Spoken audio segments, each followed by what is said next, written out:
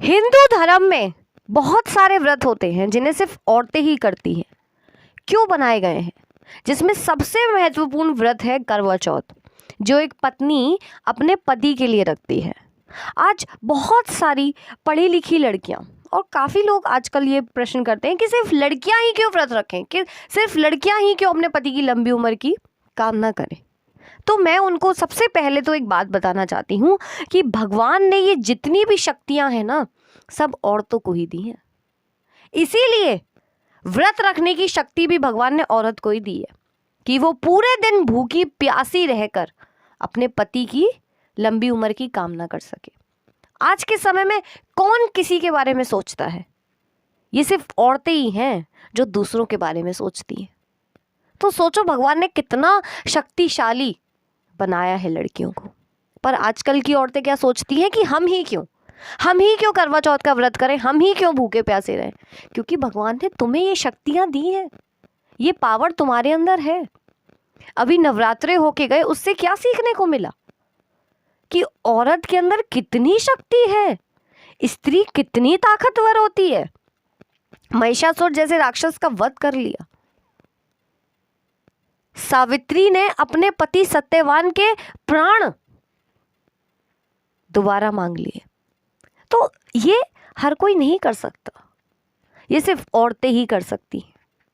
औरत ही माँ होती है, औरत ही बहन होती है, औरत ही पत्नी होती है, और हर रिश्ते में उसे कुछ ना कुछ सैक्रिफाइस करना होता है। तो सैक्रिफाइस करना भी तो बहुत बड़ी चीज है।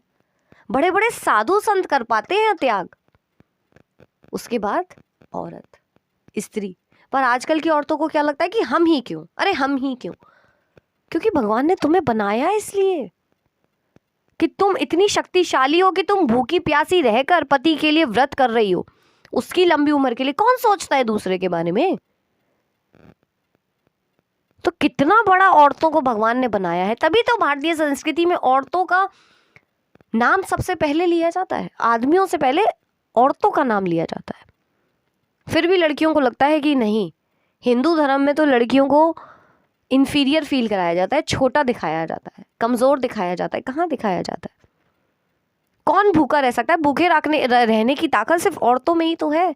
तो तुम्हें कमज़ोर कहाँ दिखाया जा रहा है? तुम्हें तो ताकतवर दिखाया जा रहा है। पर ये जो एक हमारे समाज में एक नई तरीके की सोच आ गई है ना कि औरतें ही क्यों, तो बेटा औरतों को ही भगवान ने इतनी शक्ति दी है। त्याग करने की शक्ति औरतों के अंदर ही। हर कोई नहीं कर सकता त्याग भाई, हर कोई नहीं कर सकता सैक्रिफाइस, और खासकर लड़के तो नहीं कर सकते क्योंकि वो है ही नहीं इतनी शक्तिशाली।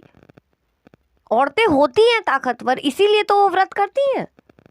भूखे प्यासे रहना औरतों के अंदर ही है ये काबिलियत, आदमियों के अंदर नहीं है। तो तुम्हें तो प्राउड होना चाहिए अपनी शक्तियों पर। तुम क्यों इसमें ये बहस में लग जाती हो, इस जिद में लग जाती हो कि मैं ही क्यों, हम ही क्यों, हम औरतें ही क्यों। भारतीय संस्कृति में जितना मान सम्मान औरतों को दिया जाता है, मैंने किसी और संस्कृति, किसी और सभ्यता, किसी और कल्चर में नहीं देखा।